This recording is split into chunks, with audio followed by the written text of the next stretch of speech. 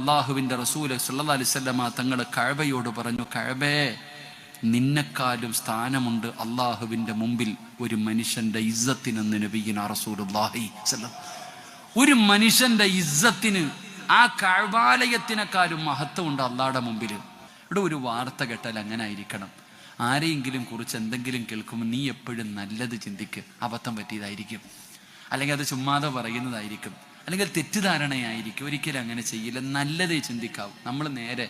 നമ്മളൊരു കഥ അങ്ങോട്ട് എഴുതും. ആമിനയോട് പറയും, ആമിന ആയിഷയോട് പറയും, ആയിഷ നഫീസയോട് പറയും. പിന്നെ പടച്ചവനെ നമ്മൾ തന്നെ കേൾക്കുമ്പോൾ കണ്ണു തള്ളിപ്പോകും.